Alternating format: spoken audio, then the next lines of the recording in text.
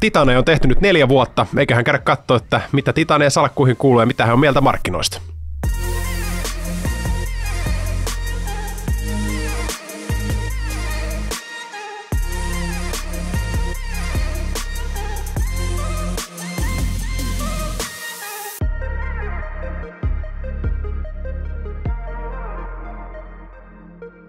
Video on tehty kaupallisessa yhteistyössä Jukka Lepikön kanssa. Tervetuloa taas Titanien taiston pariin, ja jos joku nyt eksyy ensimmäistä kertaa tänne tämän videosarjan pariin, niin täällä tarkoituksena on tosiaan, että laitetaan 3 tämmöistä erityyppistä sijoittajaa rinta rinnan, ja katsotaan, mitä heidän salkuilleen käy tässä ajan myötä, ja mitä he on ylipäätään markkinoista aina aika ajoittain.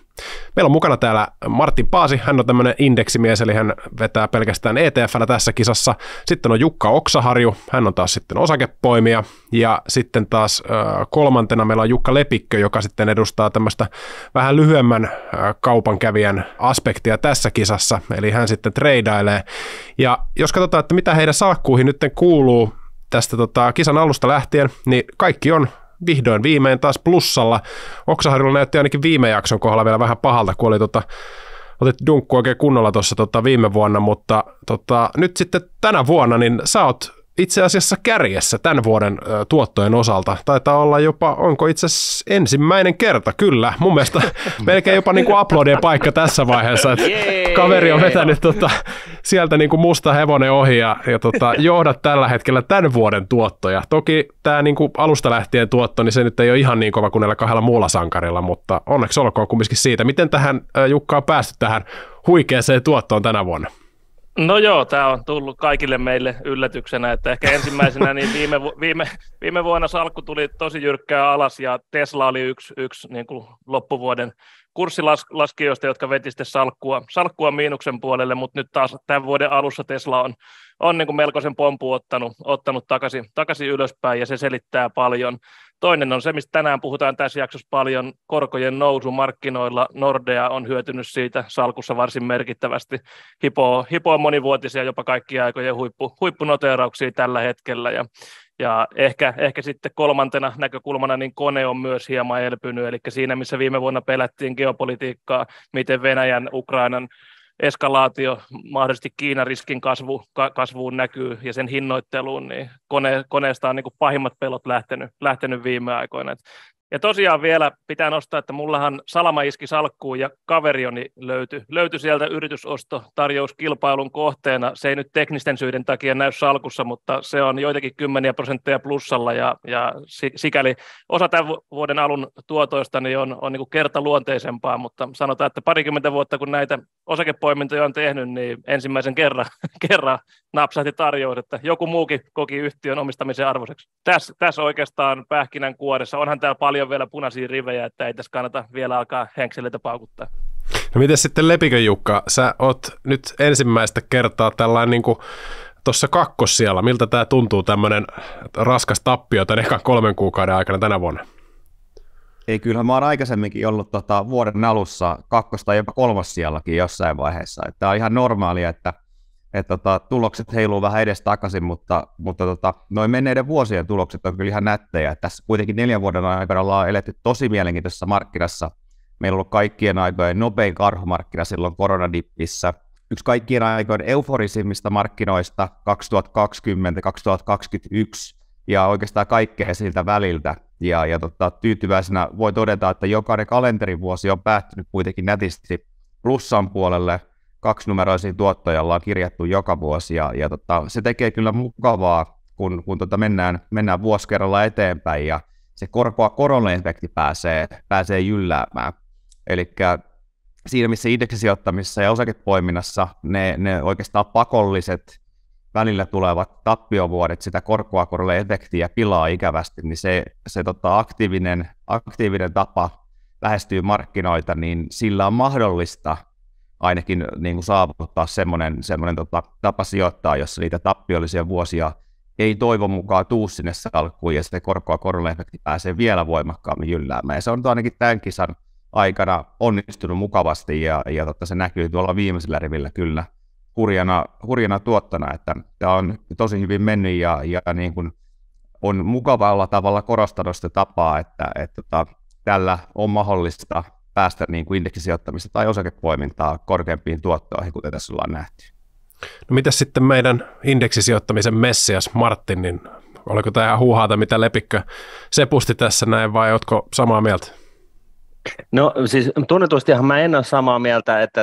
mutta siis sanotaan näin, että kyllä se on tunnustettava, että Lepikön Jukka on tehnyt aivan fantastista jälkeä, ja siitä ei niin kuin käy keskusteleminen. Mä mietin asioita 10 vuoden jaksoilla, niin katsotaan sitten, mutta niin ehkä se siis mun kriittisyys on aina vaan keskittynyt siihen, että mä niin kuin treidaamista kohtaan, niin on keskittynyt siihen, että kun puhutaan kansan syville riveille, niin statsit näyttää, että tällaista ei hirveästi kannattaisi niin kuin yksityissijoittajien lähteä tekemään. Et sitten jos saat yksi näistä 5 tai 15, jotka Suomessa takoo tulosta, niin onneksi olkoon, ja siis kukaan ei ole iloisempi siitä kuin minä, se ei ole minulta pois, jos joku menestyy niin kuin loistavasti omalla tekemisellään, mutta että mä kannan enemmän ehkä huolta siitä, että kun katsotaan esimerkiksi Nordnetin asiakkaiden lyhyttä kauppaa käyvien salkkujen tilannetta, niin periaatteessa 2/3, jotka on lähtenyt tekemään lyhyttä kauppaa, on hävinnyt kaikki rahansa, ja 1/3 on juuri häviämässä rahansa, ja sitten siellä on se 10%, joka jää auki, että saa nähdä, että miten siinä käy. Ja tällä sanomisella niin en millään tavalla, mä haluan alleviivata tätä, niin en millään tavalla halua viedä niin kuin Kustaa Lepikön muroihin millään tavalla, että siis tämähän on aivan ilmiömäinen niin kuin saavutus, mitä hän on niin kuin 4 vuodessa tehnyt äärimmäisen psykedeellisessä markkinassa. Jos hän jatkaa tällä tavalla, niin tässä eläkeikään päästyään, niin Jukka Lepikö omistaa koko maailman. Että siinä mielessä niin ei sellaisen kaverin kanssa kannata ryppyillä. Pitää varmaan noin kaupankävijästatsit tarkastaa vielä seuraavaan jaksoon, mutta ihan siis loistava tulos joka tapauksessa Lepiköltä, ja eihän sullakaan, Martin, tavallaan sillä, että sä vaan istut ja odotat, niin kumminkin indeksituotto, niin sekin on tänä vuonna ollut kumminkin 7,5%, mikä on loppujen lopuksi keskimäärin semmoinen vuoden niin kuin pörssituotto, että siinä mielessä ihan ok. Mutta tässä on pointtina lähinnä se, että toihan menee automaatilla, että täytyy keksiä jotain muuta tekemistä. Ja sitten itse tämän sarjan pihvin pariin, eli markkinakommentteihin. Ja nyt ehkä tällä hetkellä on, niin kuin, tulee osakkeille painetta ensinnäkin niin kuin korkojen suunnalta, eli kun korko-odotukset oikeastaan on tällä hetkellä uusissa huipuissa, niin se tarkoittaa sitä, että totta kai firmoilla tulee olemaan vähän tiukempaa, mikä sitten taas vaikuttaa osakkeisiin, kun taas sitten myös korkosijoitukset alkaa olla myös houkuttelevampia vaihtoehtoja koko ajan, mistä tulee taas sitten vaihtoehto osakkeille. Eli nämä yleensä korot ja osakkeet, ne tuppaa menee aina vähän niin kuin eri suuntiin, käänteisesti verrannollisia niin sanotusti, niin tämä tilanne koko ajan vähän niin kuin heikkenee tässä osakkeiden osalta, mutta voitaisiko me olettaa, että tässä pikkuhiljaa alkaa korkohuippu tulee, vai miten sä, Oksaharju, näet tämän tilanteen? No joo, mä tarkastelisin itse niin kuin reaalikorkoa koko ajan, eli jos mietitään finanssikriisin jälkeen, varsinkin 2010-luku, osittain 2020-luvun alku, niin jos ja kun meillä oli suunnilleen 0 korkotaso ja inflaatio oli 1% tai 2, niin meidän reaalikorko, sikäli kun se lasketaan nimelliskorko miinus inflaatio, niin se oli 1% tai 2 miinuksella. No nyt me nähdään, vuoden Euribori on 3,7% suunnilleen, moni valtionlaina on siellä 3,5–4% tasolla. Meillä on pohjainflaatio just tuoreiden lukujen valossa noin 5,5%. Me ollaan edelleen siinä noin 1%–2% niin kuin negatiivisessa reaalikorossa. Et kun puhutaan, että onko osakkeille vaihtoehtoja vai ei, niin sikäli kuin inflaatio pysyy jotakuinkin nykytasollaan lähiaikoina, niin ei reaalituottoa mun mielestä kovin monesta muusta paikasta kuin osakkeista pysty saamaan. Toki sitten se, että korkojen nousu, niin sen jokainen ymmärtää oman kulutuksensa kautta, omien lainanhoitomenojensa kautta, että investoinnit ja tämmöiset harkinnanvaraisemmat kulutukset, niin ne hiipuvat, ja tietyllä lailla sitten PKT:n kasvunäkymä, se hiipuu. Toisaalta on tiettyä koronakrapulaa, jos voi sitä termiä käyttää, eli se kulutus, mitä koronapandemian niin kuin rajoitusten aikana ihmiset tekivät, niin se ei nyt enää samalla lailla näy. Mä en niin kuin pelkästään tarkastelisi nimelliskorkoja, vaan se, että sijoittaja aina kun laittaa rahaa liikenteeseen, haluaa oman ostovoimansa kasvua, ja osakkeet ovat niin kuin poissulkevalla menetelmällä niin edelleen varteen otettavin vaihtoehto, joskin se riskituottosuhde heikentyvän tuloskasvunäkymän kanssa, niin se ei ole kovin optimaalinen. Tuohon voisi lisätä sen, että nyt täytyisi kuitenkin suhteuttaa siihen, mistä tullaan, että jos tämä on ollut äärimmäisen niin kuin ultrakevyttä tai kannustavaa finanssipolitiikkaa aikaisemmin, niin nyt se tilanne on tiukentunut, ja sitten jos uskoo, että inflaatio tosiaan tippuu johonkin 2% lähiaikoina, niin se tarkoittaa sitä, että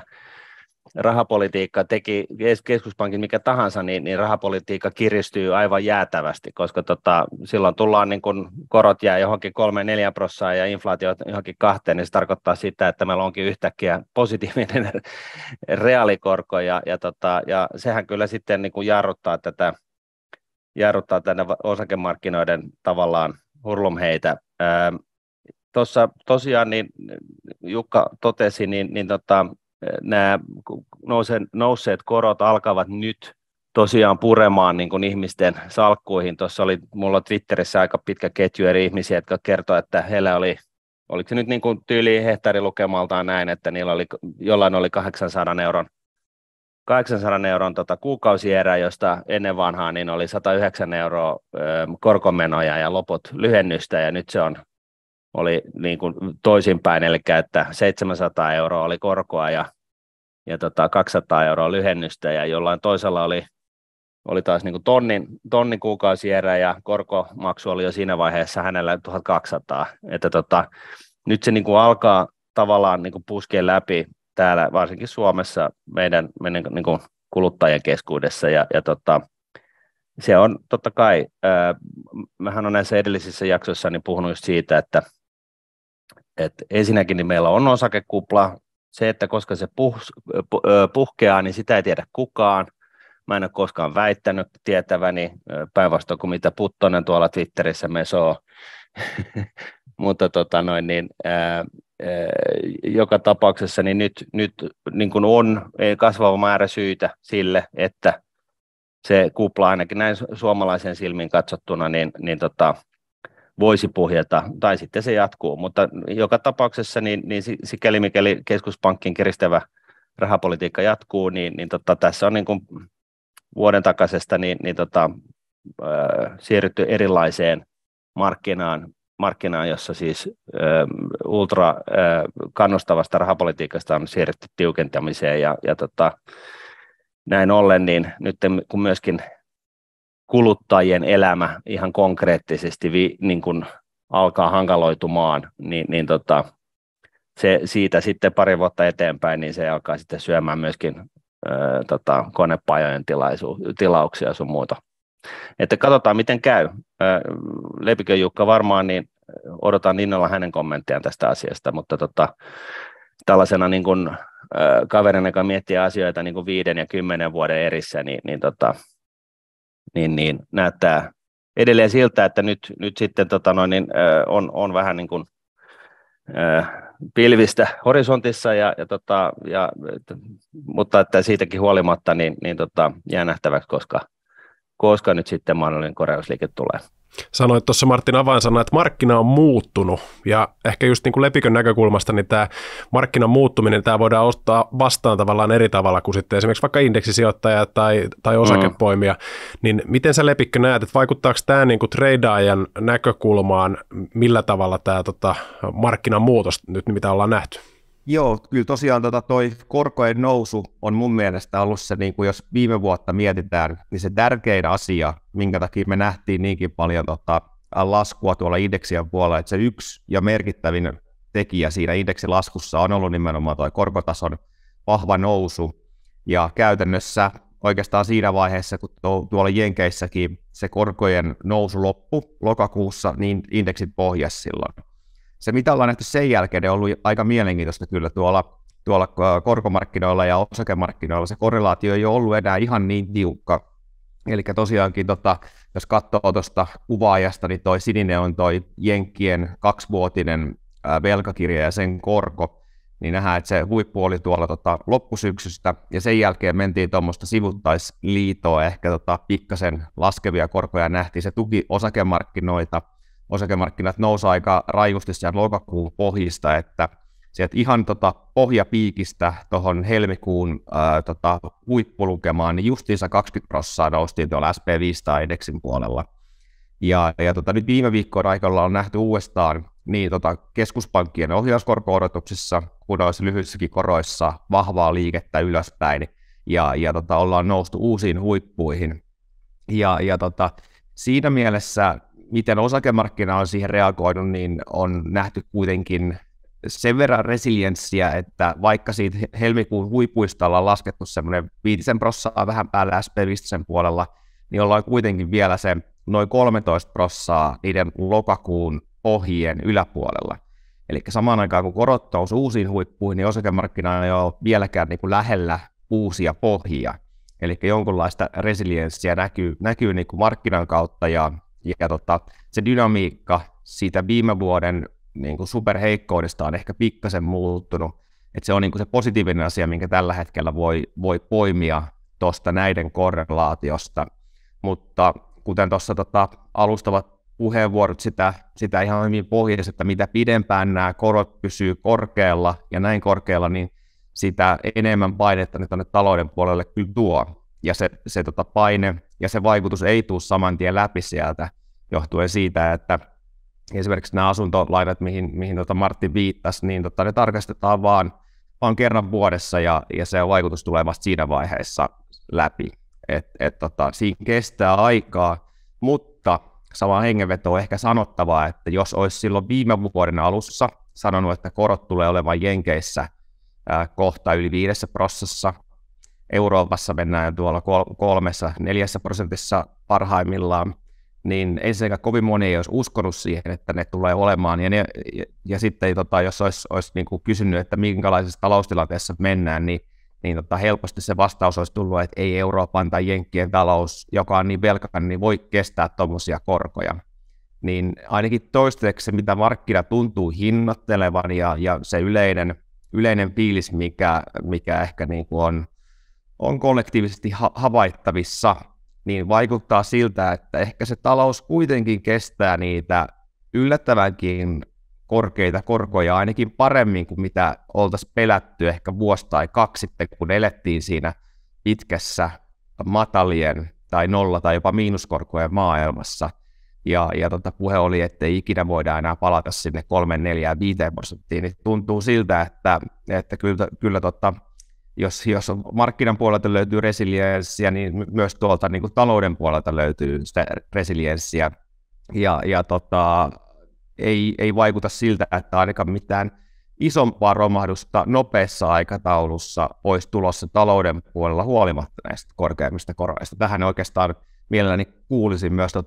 muiden asiantuntijoiden kommentteja, että kuinka on mahdollista, että vaikuttaakin siltä, että talous voi sietää näinkin korkeita korkoja, ainakin niin kuin keskipitkällä aikavälillä.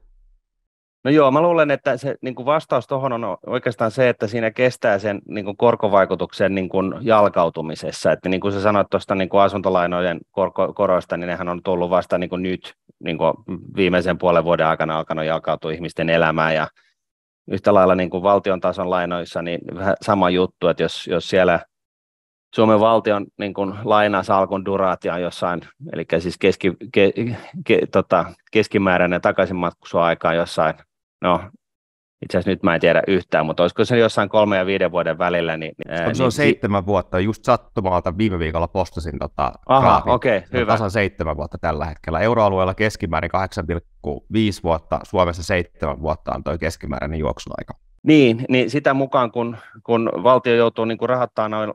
erääntyvät lainat uudestaan, niin sittenhän se niin kuin alkaa puremaan se korko vasta niin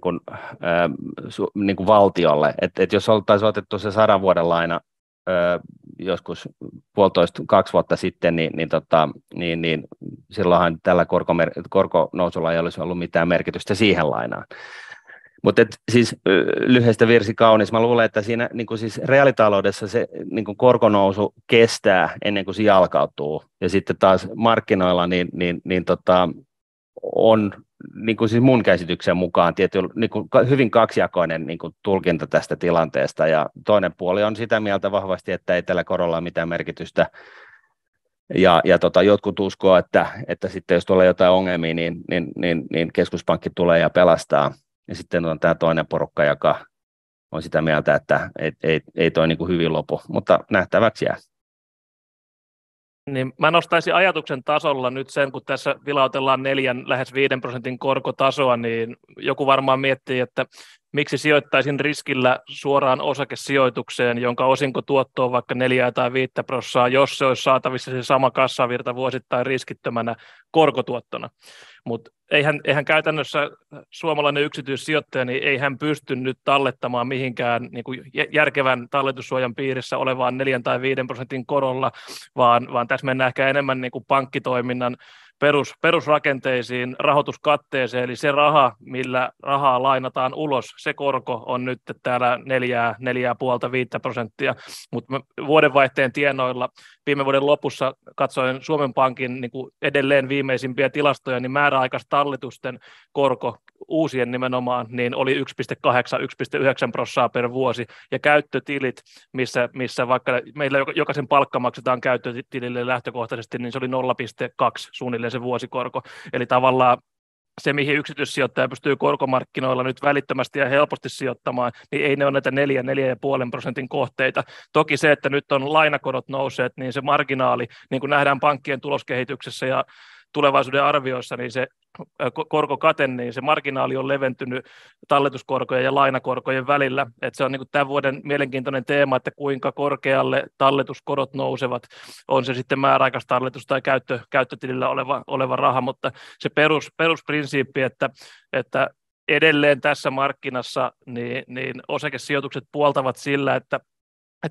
niillä on yhtiöillä hyvä tuloskunto. Tietyllä lailla, kun katsoo viime vuoden tuloskehitystä kokonaisuutena, Helsingin pörssin 25 suurinta yhtiötä esimerkkinä, joista Fortum ainoastaan on raportoimatta, niin koko viime vuodelta suhteessa 21 reilu 15% keskimäärin sekä liikevaihdon että niin kuin vertailukelpoisten tai oikaistujen liikevoittojen kasvu. Toki nyt tiedetään, että monella yhtiöllä tosiaan oli näitä oikaisueriä liittyen Venäjän liiketoimintaan, Keski-Euroopan liiketoimintaan, energiamarkkinoiden murrokseen ja sun muihin, mutta se, että liiketoimintojen tasolla, niin viime vuonna yhtiöt näyttivät sen, että tuloskehityksessä osinkopotentiaalissa niin se inflaatiosuoja tietyllä tavalla osoitti voimansa. Tähän lepikön pohteeseen siitä, että miten keskipitkällä aikavälillä talous pysyy näin hyvin, niin mä uskon, että tässä on tietty psykologinen vaara, että jokainen katsoo niin kuin markkinatilannetta ja arvioi PKT:tä ikään kuin oman kotitaloutensa kautta, ja mitä on niin kuin viime kuukausina muissakin formaateissa tuonut esiin, että se, mitä me ollaan nähty 1,5 vuoden aikana, on ennen kaikkea keskiluokan kriisi, eli kaikki keskiluokalle keskeiset asiat kallistuvat, on se sitten asuntolainojen viitekorko, on se sitten ruoka, yleinen inflaatio tai sähkösopimus. Että se, että eihän niin kuin yritysmaailmassa, jos mietitään 10 vuosia liiketoimintaa harjoittanutta yritystä, niin eihän mikään yritys liiketoimintamalliaan ole rakentanut nollakorkojen varaan, vaan 3–4%, 5% korko, niin sehän on ihan niin kuin peruskauraa, kun se liiketoimintaa niin kuin johdat. Ja jos miettii inflaatiota viimeiset 15 vuotta, mehän pelättiin 2010-luvulla, että meneekö se inflaatio niin kuin negatiivisen puolelle, että hinnat lähteekin laskemaan eikä nousemaan. Että se keskivertoinflaatio viimeisen 15 vuoden aikana, niin se taitaa olla edelleen alle EKP sen noin 2% vuositavoitteen. Että eihän yritysten näkökulmasta niin hintakehitys on pitkällä ajalla ollut mitenkään dramaattinen. Rahoituskulut edelleen keskimäärin pitkällä aikavälillä varsin maltillisia, mutta kotitaloudet ehkä niin kuin sopeuttivat sen oman elintasonsa siihen, että mikään ei kallistu 1%–2% enempää vuodessa, lainarahalla ei juuri ole hintaa, ja se on mun mielestä se kupla, mikä edelleen puhkeaa. Nyt viime päivinä on taas paljon nähty uutisissa palkankorotusvaatimuksia ja näitä, niin pahimmillaanhan se kierre on se, että inflaatio ei tule alaspäin, kun heikentynyttä ostovoimaa lähdetään palkankorotusten kautta pyytämään niin kuin kotitalouksille ja sitä kautta sitten yritykset joutuu nostamaan tuotteidensa hintoja ja inflaatio ikään kuin pysyy yllä ja sitten samaan aikaan, jos julkinen talous on merkittävästi alijäämäinen ja julkisen talouden rahoituskulut kasvaa, niin loppuviimeinhän ne palkankorotusta vaativat, niin ne kaivaa vain syvemmän kuopan itselleen, koska tulee veronkorotuspaineita, julkisten menojen leikkauspaineita ja se inflaatio ei tule sieltä alas. Että kyllä mä näkisin, että se on nimenomaan niin kuin kotitalouksien ja sanotaan, että työssäkäyvän keskiluokan kupla, mikä tässä niin kuin tuntuu itse kunkin selkänahassa, ja se, että ylipäätään talous- ja yritystoiminta niin on paljon paremmassa asennossa kuin se lapsiperhearki, joka näitä hinnankorotuskirjeitä availee. Se on totta tietenkin, mutta jos sä poistat kuluttajat taloudesta, niin sitten ei myöskään yrityksellä ole bisnestä, että niin kuin, ja tämä on niin kuin se, tavallaan se pointti, mikä mulla on ollut, että jollain aikavälillä reaalitalous tulee tähän reagoimaan, ja siinä matkalla, ennen kuin se reaalitalous niin kuin on pohjalla, niin ennen sitä niin markkinat on reagoinut, mutta tosiaan milloin tämä tapahtuu, niin who knows, ehkä just joku lepikkö, mutta en minä ainakaan. Toi tuossa Oksa Harju noi suomalaisten yhtiöiden tulokset esiin, ja ilmeisesti siellä on ihan vähintäänkin niin kuin OK-tuloksia, ja kaikki kasvaa vielä ainakin tällä hetkellä, mutta sitten tuolla Jenkeissä, niin siellä SP500 Forward EPS, eli nämä tulosodotukset, niin ne on nyt sitten ollut laskussa jo tässä tovin, niin mikä tätä voisi Lepikkö mahdollisesti selittää, että nämä on tavallaan menee vähän niin kuin eri suuntiin tällä hetkellä? Joo, itse tosiaan kun seuraan lähinnä jenkkimarkkinaa, tuli yllätyksenä, että suomalaiset yritykset on viime vuodelta raportoinut kovempaa tulosta kuin vuodelta 2021, ja vielä neloskvartaalillakin raportoidaan tuloskasvua, eli hyvin mielenkiintoista ja vähän erityyppistä kehitystä, mitä Jenkeissä ollaan nähty. Että ehkä se selittyy sillä, että Jenkeissä toi koronabuusti oli niin vahva, ja siellä oikeasti sitä rahaa jaettiin kotitalouksille, tileille suoraan, ja se boostasi niitä yrityksien tuloksia siinä 2021 niin vahvasti, että 2022 nähtiin jo laskevaa tuloskehitystä. Jenkeissä raportoidaan tällä hetkellä vielä neloskvartaalin tuloksia, ja se on 3. peräkkäinen kvartaali, kun tulokset laskee, kun katsotaan siis edellistä kvartaalia, niin ei vuoden taakse, vaan edellistä kvartaalia, niin nähdään tuloslaskua, jolloin se suuri boosti on ikään kuin hiipunut, ja se on vähän niin kuin veitsillä leikattu se ylimääräinen kysyntä sieltä pois, ja se nähdään, kun se normalisoituu. Et käytännössä niin kuin tuosta graafistakin näkee, että kuinka hurjan vahva toi tulosboosti tuolla Jenkeissä oli tuon koronan jälkeen, eli toi hyvin jyrkkä valkoinen tuloskasvu, mikä siellä näkyy. Et loppupeleissä tässä, kun katsoo pidempääkin kuvaa, niin kuitenkin toi viimeinen 10 vuotta, kun nähtiin toi pitkä, vahva nousumarkkina, se on kuitenkin niin kuin aika pitkälti siihen tuloskasvuun perustunut nousu. Et se ei ole niin kuin itsessään pelkkä täyskupla, mikä on jollekin odotukselle rakentunut, vaan se kuitenkin on perustunut hyvin pitkälti siihen niin kuin vahvaan tuloskasvuun, mitä etenkin Jenkeissä on nähty, että Euroopassahan yrityksen tulokset hyvin hitaasti ja vaimeasti kasvoi pitkän aikaa, että Jenkeissä oli nimenomaan se suurin osa siitä globaalista tuloskasvusta. Ja olettaen, että nuo tulokset nyt stabiloituu tälle niin kuin vähän normaalimmalle tasolle ja päästään taas niin kuin nauttimaan siitä tuloskasvusta ehkä vuonna 2024, niin mun mielestä toi niin kuin ylipäätänsä markkina vaikuttaa ihan niin kuin järkevästi hinnoitellulta,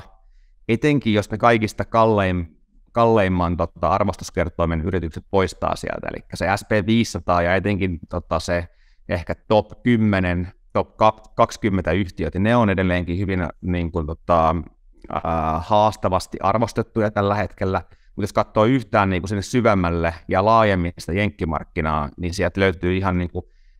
järkevästikin arvostettuja, että etenkin se niin kuin mid-cap ja small cap, niin nehän kävi tuossa viime vuoden kurssilaskussa jo tosi niin kuin edullisissakin arvostuskertoimissa ihan tuolla historiallisesti, että sen tyyppisissä, mitä ollaan nähty niin kuin aikaisemmissa karhumarkkinoissa, että se jenkkimarkkinoiden arvokkuus niin kuin keskittyy etenkin sinne niin kuin kaikista isompiin yhtiöihin. yhtiöihin ja siten ehkä pikkasen sitä kokonaiskuvaa hämää. Mutta niin kuin tuolle tuloksien kautta tarkastellen, niin mitään älytöntä kuplaa jenkkimarkkinoilla ei ole, olettaen, että ne yritykset pystyy kuitenkin jatkamaan sitä tuloksien kasvattamista tässä, kun päästään vähän näiden vaikeampien aikojen yli.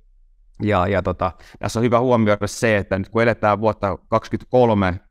ensimmäistä puolikasta, niin osakemarkkina alkaa pikkuhiljaa hinnoittelemaan jo ja katsomaan sinne vuoteen 2024. Että jos tämä 2023 vaikuttaa jotenkin niin kuin heikolta vuodelta tässä välissä, niin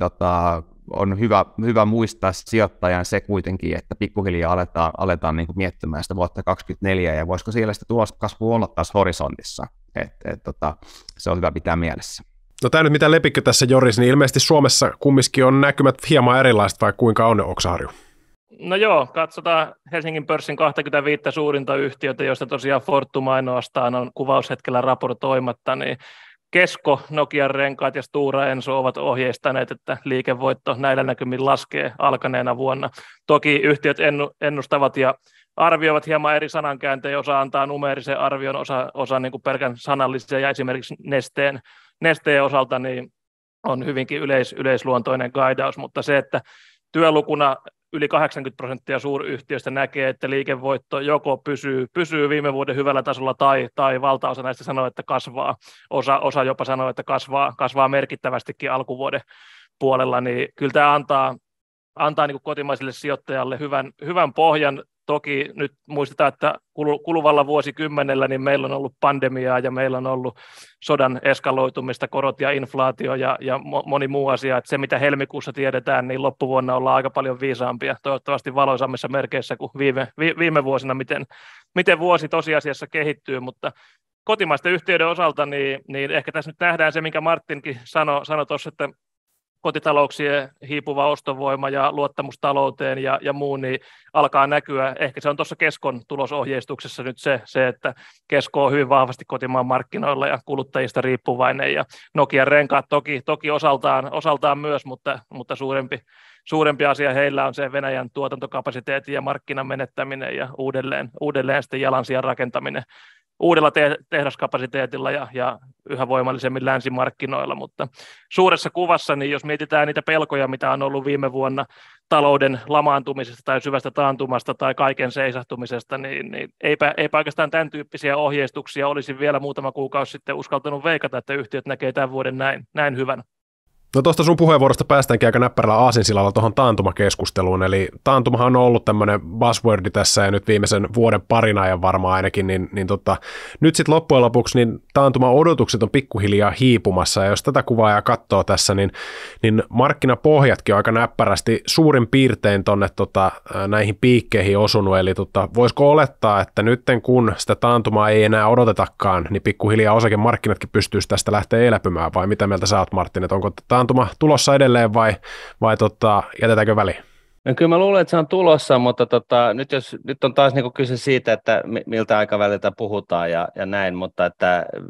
jos nyt jotain tällaisesta lyhyestä aikavälin liikkeestä pitää arvata, niin nyt kun siitä taas taantumasta ei hirveästi ole puhuttu, niin totta kai se markkina ottaa vähän elpyäkseen. Ja kiva niin, totta kai. Mutta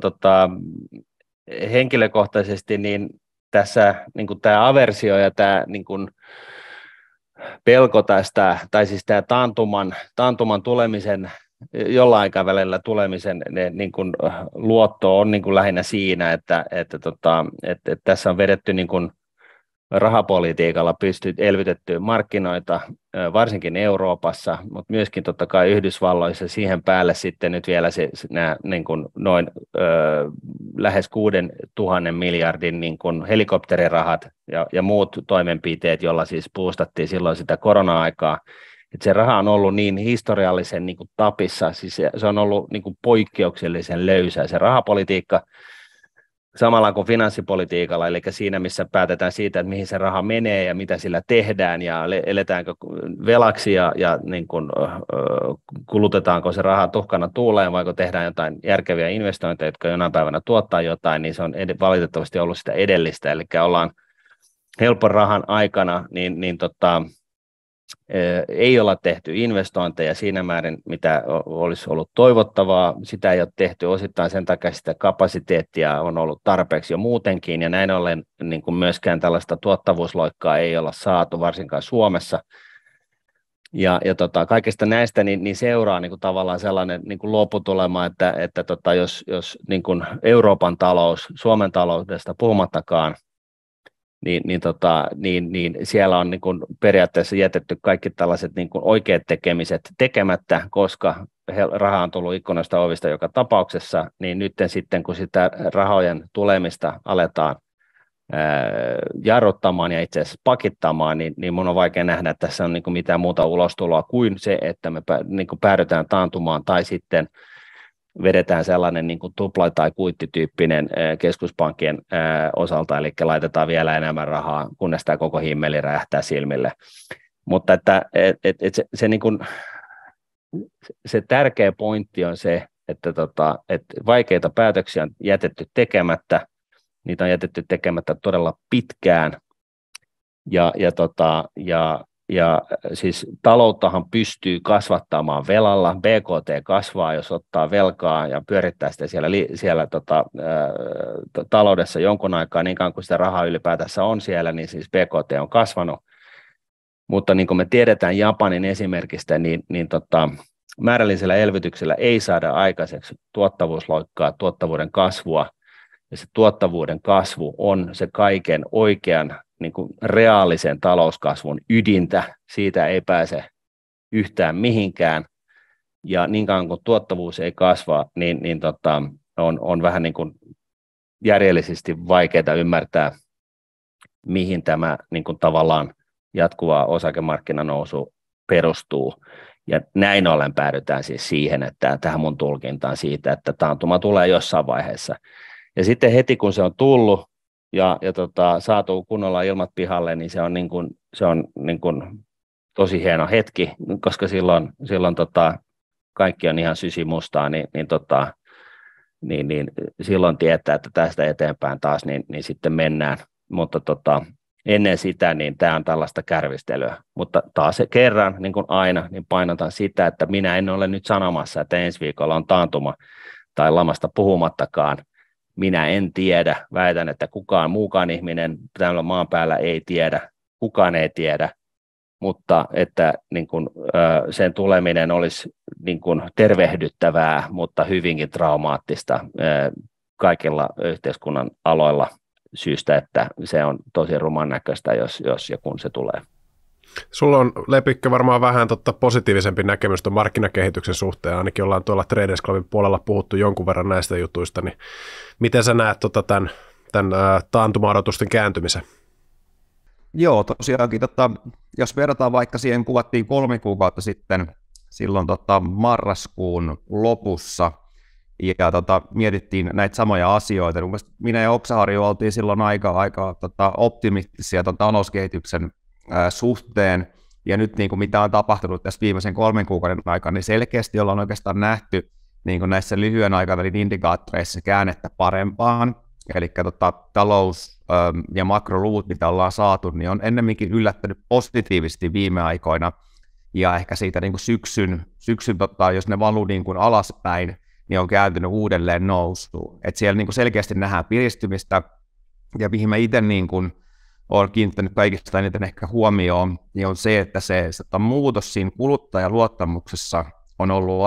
aika niin kuin selkeä ja niin kuin laaja-alainen. Et siinä, missä käytiin oikeastaan niin kuin kaikkien aikojen heikoimmissa luvuissa kuluttajaluottamuksessa niin kuin globaalissakin tarkastelussa niin Jenkeissä, Kiinassa kuin Euroopassa. Tuossa Jenkeissä ehkä silloin loppukesän aikana, Euroopassa tuossa loppusyksyn aikana, niin ollaan nähty selkeä käänne nyt parempaan, ja kuluttajat näkee taas talouden vähän niin kuin parempien lasien läpi, ja siihen varmasti vaikuttaa enemmässä määrin tuo inflaatiokehitys, eli se inflaation huippu on luultavasti jäänyt taaksepäin. Toisaalta kuluttajat on vähän niin kuin totutautunutkin siihen korkeampaan inflaatioon, nyt alkuunhan se korkea inflaatio tuntuu pahalta, mutta niin kuin kaiken muun kanssa, niin kaikkeen totutaan, kun siitä sitten hetken aikaa kärvistellään. Mutta se avainsana ehkä tässä niin kuin jatkossa tulee olemaan se inflaatiokehitys, ja hyviä merkkejä on siitä, että se selkeästi on hidastumassa, mutta kuinka nopeasti se hidastuu, niin on ehkä niin kuin avainasemassa tässä. Ja se on avainasemassa myös sen suhteen, että mitä keskuspankkien tarvitsee tehdä sen inflaation hillitsemiseksi. Eli nyt mistä alkuun puhuttiin, että korko-odotukset on uusissa huipuissa sen takia, että talous onkin näyttänyt, että se on niin vahva, ja inflaatiosta on viimeisen kuukauden aikana tullut taas pikkasen niin kuin heikompia uutisia, kun oltiin nähty jo useampi kuukausi niin kuin nopeampia paranemisen merkkejä sen suhteen, että tässä ollaan vähän niin kuin semmoinen nuoralla tanssijan kävely on menossa, ja se on niin kuin haastavaa navigoida tästä niin kuin vaikeasta tilanteesta eteenpäin, missä me haluttaisiin nähdä samaan aikaan, että nämä talousluvut alkaa paranemaan, mutta inflaatio laskee kuitenkin, niin se lopputulos on mielenkiintoinen, että saadaanko semmoinen soft landing, mitä keskuspankit tällä hetkellä toivoo, että se inflaatio rauhoittuisi samaan aikaan, kun kuitenkin talous niin kuin säilyisi niin kuin hyvällä mallilla. Että se on vielä kysymysmerkki, että mikä se lopputulos on, mutta ainakin jos niin kuin osakemarkkinaa katsoo, niin osakemarkkina tällä hetkellä suhtautuu aika optimistisesti siihen, ja niin kuin tuosta Oksaariltakin kuultiin, niin yritykset kanssa näkee tilanteen aika hyvin, ja jos niin kuin noin hyvä kehitys niin Suomessa kuin globaalistikin toteutuu tässä todellisuudessa, niin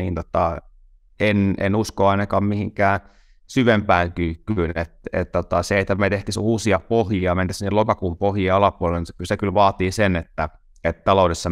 menisi niin kuin joku pahemman kerran pieleen vielä tässä, ja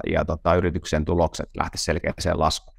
Joo, jos katsoo tätä viime vuoden marraskuun taantumapelon piikkiä, niin sen jälkeen me näet 2 merkittävää tekijää on lieventänyt taantumapelkoja, eli ensinnäkin se, että energiakriisistä ei tänä talvena tullut lähimainkaan niin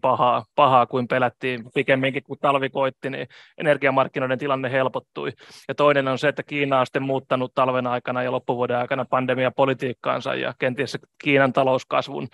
en voi sanoa, että niin kuin vahvistuminen, mutta Kiinan talouskasvupelkojen lieventyminen niin osaltaan sitten tukee myös niin kuin Euroopan ja globaalin talouden näkymää. Sinänsä nyt jaarittelematta liian pitkälle, niin kyllähän Suomen näkökulmasta, jos miettii viimeisen 15 vuoden keskimääräistä BKT-kasvua per väestö, ollaan niin kuin jotakuinkin 15 vuoden takaisella tasolla tai marginaalisesti yli, niin tietyllä laillahan tässä on taantuma ollut 15 vuotta Suomessa, enkä niinkään tarkoita sitä, että se BKT-muutos prosenteissa olisi vuositasolla negatiivinen, vaan se on alle sen potentiaalin, mikä taloudessa on. Eli jos miettii kansantaloustieteen perusteita, on työn tuottavuus ja työn määrä, ja sitten niin kuin inflaatio, mikä normaalisti talouteen tulee, niin pitäisi pystyä 2-3%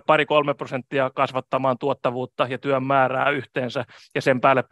2% inflaatiotavoite EKP:ltä, niin 5% talouskasvu per vuosi. Eihän me niin kuin olla tämän tyyppistä talouskasvua kukaan uskalla Suomessa edes visioida, koska ollaan rakenteellisesti niin juuttuneita siihen tilaan, että puhutaan mieluummin, kasvaako talous 1,5% vai hiipuuko se puoli. Et kyllähän tällä menolla niin se talouskasvu ja yritysten menestys niin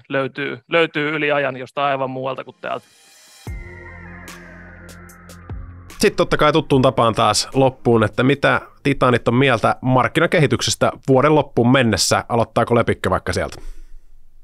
Joo, mä voisin nostaa yhden mielenkiintoisen teknisen analyysin tilaston ja mielenkiintoisen kehityksen, mitä nyt viime